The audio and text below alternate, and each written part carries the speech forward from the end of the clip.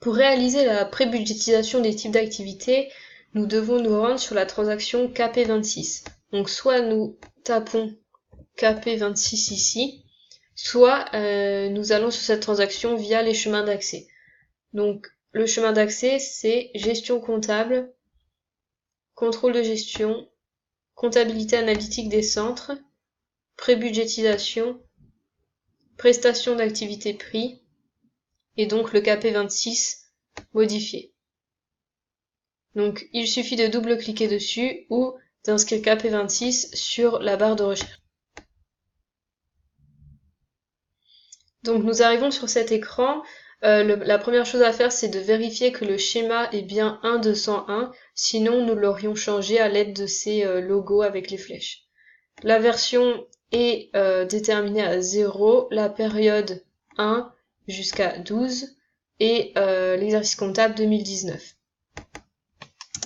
Je réinitialise, ça reprend automatiquement les dernières données rentrées.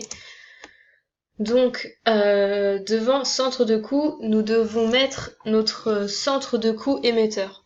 Donc, je vais aller chercher sur un document Excel préalablement établi le nom du centre émetteur. Donc ici, c'est G37 OPPR, je copie et je le colle du coup devant centre de coût. Donc attention à ce que la copie soit bien réalisée. Et donc ensuite, devant type d'activité, nous devons renseigner le type d'activité qui est concerné.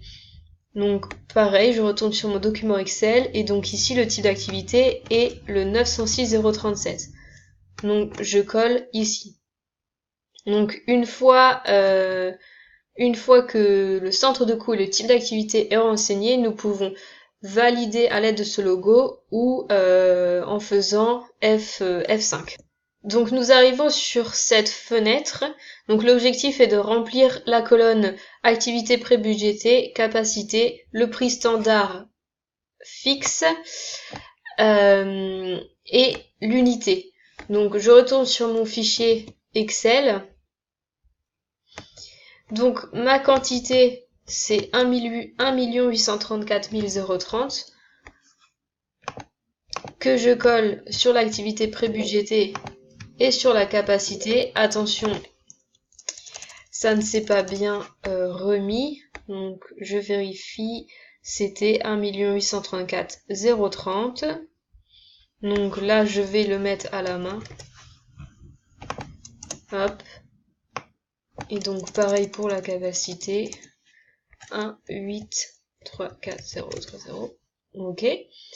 Ensuite le prix standard fixe, c'était donc cette donnée-ci. Je colle, je laisse uniquement deux chiffres après la virgule. Et donc l'unité ici, on a choisi nous d'inscrire 10 000. Donc une fois que ces données sont bien renseignées, nous n'avons plus qu'à enregistrer. Une fois que les données sont enregistrées, nous pouvons donc passer à l'étape suivante qui est du coup la prébudgétisation des types d'activités, mais via la transaction KP06. Mais donc ça, ce sera la prochaine vidéo.